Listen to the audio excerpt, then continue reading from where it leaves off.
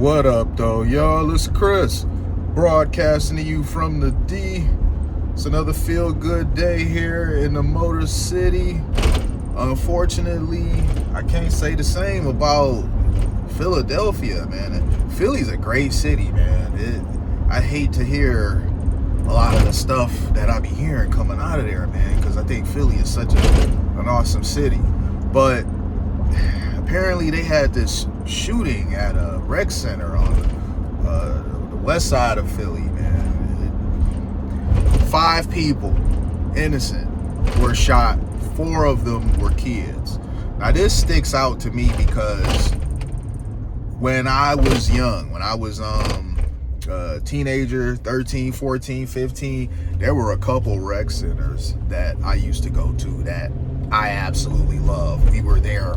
Me and friends were there almost every day during the summer, just swimming. We had a ton of fun. Listen, all right, I'm gonna let y'all in on something for real. Me and my friends, we were there at the pool, especially the one at, it was at Rouge Park. There was one on the east side of Detroit called Maharis that I went to when I lived over there. When I stayed on the west side of Detroit, though, there was this pool at Rouge Park. That one was even better because it had 3. It had one, I think it went up to like 4 feet, something like that. So it was one pool on one side. That one was like really jumping. Parallel to it was another pool that was a little bit deeper, but not a lot of people got in that one. People wanted the pool that was like 3 to 4 feet. That way they can like comfortably, chill in it, and they didn't have to worry about, trying to tread water or anything like that. They can chill in their heads above water. And then on the other side, there was like this concrete strip that you could walk on. On the other side was this gigantic, super deep pool with a sky-high diving board. I remember climbing up that ladder to get to the platform up top. It felt like that ladder went on for freaking ever. And when you got to the top, so here's the thing. They made you jump once you got to the top. You had to jump. If you did not jump, they was gonna ban you from coming back on that side. Not permanently, just for the day. So once you was up there, you was committed to it. You had to go ahead and do the jump. I remember my first time getting up there, looking down, I was like, Lord help me. What have I got myself into? Like looking down, I'd never been up so high in my life. That to this day is the highest jump I've ever done in my life.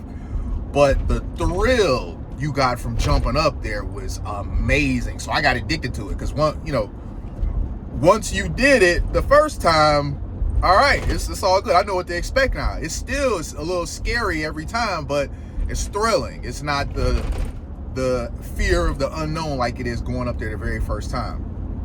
Now, the one pool, the one that was always jumping, that's where I was at most of the time. I would pass the tread water test to be able to do the super deep pool because you had to redo that test every time you went. And then they had some marker, they'd mark your hand so you can come over there again for the rest of the day without, having to take the tread water test again. You had to tread water for, I don't know, like 30 seconds, something like that. Then you had to swim to the other side of the pool and back. If you did that, they marked your hand and you was good. But the side where everybody was always at, the one that was really jumping, man, let me tell y'all why I was always jumping. Everybody was a freak. All right, if you from the city of Detroit, shout out to y'all if y'all went to Rouge Park or if y'all went to Maharis, any of them rec centers during the summer. Everybody was a freak, man. It was not uncommon to meet some girl there that she was there for attention. She was there to meet boys. It was not uncommon to meet some girl there and just chill with her the whole day, her in your arms, and she letting you fill her all up. Those was the days. That's what, for y'all that are my age, in case y'all was wondering, what your kids is doing when they go to the pool, that's what they doing. All right, and I might be telling on, it might be some of the moms and pops of my generation that see this and never knew what was happening there. Oh, now you know. That's what it was. That's why your kids wanted to go to Rouge Park every day for the swimming, because everybody was a freak. It was a ton of fun. You meet some girl. If she had to leave, for the day to go do whatever, you met some other girl. But it was always some girl that was always game to let you fill her up for the duration of the time you was there.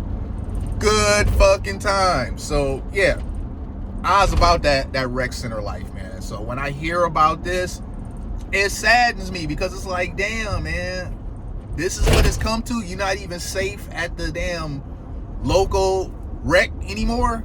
I had 2 great ones that I went to, and to this day I remember the very fun times we had there. The whole experience of it. It wasn't just the filling the girls up, even though that definitely was a motivator to go back every day.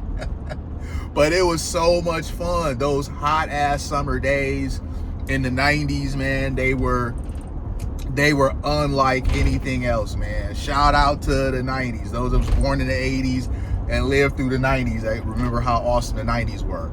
So, you have this situation here in Philly where there was some fight there at the rec center between 2 males. I don't know how old they were. They left.